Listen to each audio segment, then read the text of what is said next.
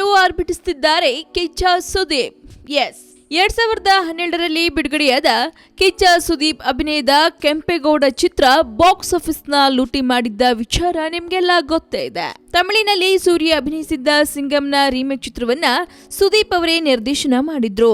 ಕಾಲಿವುಡ್ನಲ್ಲಿ ಸಿಂಗಂ 2 ಚಿತ್ರ ಬಂದ ನಂತರ ಕನ್ನಡದಲ್ಲೂ ಸುದೀಪ್ ಅಭಿನಯದ ಕೆಂಪೇಗೌಡ 2 ಬರ್ಲಿದೆಂಬ ಗಾಳಿ ಸುದ್ದಿ ಗಾಂಧಿನಗರದಲ್ಲಿ ಹರಿದಾಡಿತ್ತು. ಆದರೆ ಈ ಬಗ್ಗೆ ಕಳೆದ 4-5 ವರ್ಷಗಳಿಂದ ಯಾವುದೇ ಅಧಿಕೃತ ಮಾಹಿತಿ ಕಿಚ್ಚ ಸುದೀಪ್ ಕಡೆಯಿಂದ ಬಂದಿರಲಿಲ್ಲ.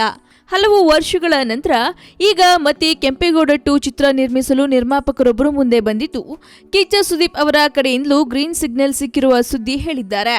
ಕಿಚ್ಚ ಸುದೀಪ್ ಅಭಿನಯದ ಹೆಬ್ಬುಲಿ ಚಿತ್ರದ ನಿರ್ಮಾಪಕರಲ್ಲಿ ಒಬ್ಬರಾದ ಉಮಾಪತಿ ಶ್ರೀನಿವಾಸ್ ಅವರು ಕೆಂಪೇಗೌಡ 2 ಚಿತ್ರವನ್ನ ನಿರ್ಮಿಸಲಿದ್ದಾರೆ ಎಂಬ ಸುದ್ದಿ ಈಗ ಗಾಂಧಿನಗರದಲ್ಲಿ ಕೇಳ್ಬರ್ತಾ ಇದೆ.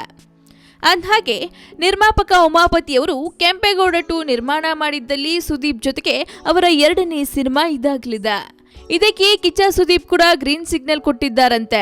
ಜೊತೆಗೆ ಕೆಂಪೇಗೌಡ 2 ನನ್ನ ಅಣ್ಣ ಸುದೀಪ್ ನನಗೆ ನೀಡಿರುವ ಗಿಫ್ಟ್, ಯುಗಾದಿಗೆ ಅಭಿಮಾನಿಗಳಿಗೂ ನೀಡಿರುವ ಉಡುಗೊರೆ ಎಂದು ಉಮಾಪತಿಯವರು ಹೇಳಿದ್ದಾರಂತೆ. ಸದ್ಯಕ್ಕೆ ಅಭಿನಯ ಚಕ್ರವರ್ತಿ ಸುದೀಪ್ ಜೋಗಿ ಪ್ರೇಮ್ ನಿರ್ದೇಶನದ ದ ವಿಲನ್ ನಲ್ಲಿ ಬ್ಯುಸಿಯಾಗಿದ್ದಾರೆ. ಅಲ್ಲದೆ ರಕ್ಷಿತ್ ಶೆಟ್ಟಿ ಮತ್ತು ರಿಷಬ್ ಶೆಟ್ಟಿ ನಿರ್ದೇಶನದ ಸಿನಿಮಾಗಳಲ್ಲಿ ಅಭಿನಯಿಸಲು ಕಮಿಟ್ ಆಗಿದ್ದಾರೆ. ಆದ್ರಿಂದ ಕೆಂಪೇಗೌಡ 2 ಚಿತ್ರ ಯಾವಾಗಿನಿಂದ ಆರಂಭವಾಗುತ್ತೆ ಎಂಬುದು ಖಚಿತಗೊಂಡಿಲ್ಲ. ಅಂದ್ಹಾಗೆ ಸಿಂಗಂ ರೀಮೇಕ್ ಕೆಂಪೇಗೌಡ ಚಿತ್ರವನ್ನ ಸುದೀಪ್ ಅವರೇ ಆಕ್ಷನ್ ಕಟ್ ಹೇಳಿದ್ರು.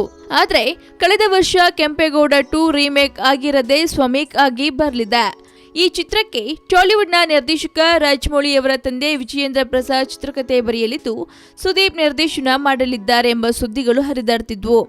ಆದ್ರಿಂದ ಕೆಂಪೇಗೌಡ 2 ರೀಮೇಕ್ ಆಗಿ ಬರಲಿದೆಯಾ ಅಥವಾ ಸ್ವಮೇಕ್ ಆಗಿ ಬರಲಿದೆಯಾ ಎಂಬುದಕ್ಕೆ ಇನ್ನೂ ಸ್ಪಷ್ಟನೆ ಸಿಕ್ಕಿಲ್ಲ.